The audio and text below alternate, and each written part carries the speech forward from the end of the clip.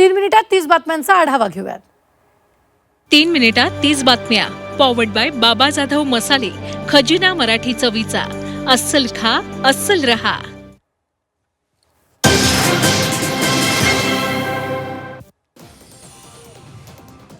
OBC नेते नवनाथ वाघमारे यांच्या विरोधात तक्रार दाखल करण्यात आली. महिलांबाबत वादग्रस्त वक्तव्य केल्याचा आरोप करण्यात आलाय.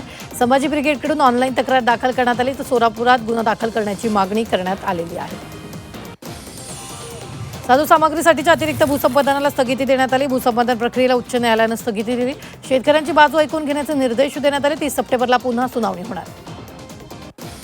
जुन्नरच्या पिंपळवंडीत ग्रामस्थांनी रास्ता रोको केला. ग्रामस्थांनी पुणे नाशिक महामार्ग अडवलाय. चिमुकलीवरील अत्याचार हत्येचा निषेध नोंदवण्यात आला. आरोपीला फाशी शिक्षा देण्याची मागणी करण्यात आली. नीट आंदोलनाच्या चौकशीसाठी समिती स्थापन होणार आहे. समितीबाबत सर्वोच्च न्यायालय आज आदेश देणार. लाठीचार्ज, पोलिसांवरील हिंसाचाराची चौकशी होणार आहे तर आंदोलनाच्या चौकशीसाठी उच्चस्तरीय समिती नेमण्यात आली. ठेकेदारांची देयकं 6 महिन्यात देण्याचे आदेश देण्यात आले. विलंब झाल्यास व्याजासह रक्कम देण्यात येणार.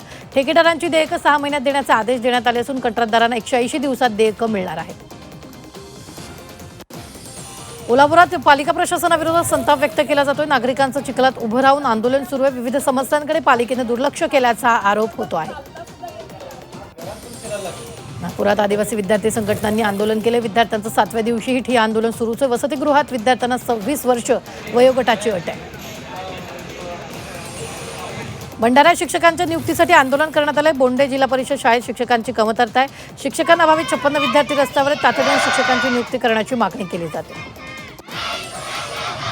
गडचिरोलीतील राष्ट्रीय महामार्ग चिखलमय झालेला आहे. आश्रमशाळेकडे जाणाऱ्या महामार्गावर खड्डे, चिखल झालेला पाहायला मिळतोय. तातडीने दुरुस्ती करण्याची जनसंघर्ष समितीनं मागणी केली आहे. संगमेश्वर देवरुख राज्यमार्गाची चाळण झाली आहे. कोट्यावधी रुपये खर्च करूनही रस्त्यांवर खड्डे पडलेत. खड्ड्यांमुळे अपघाताचं प्रमाण वाढले. लोकप्रतिनिधींचं दुर्लक्ष झालंय. नागरिक संतापले.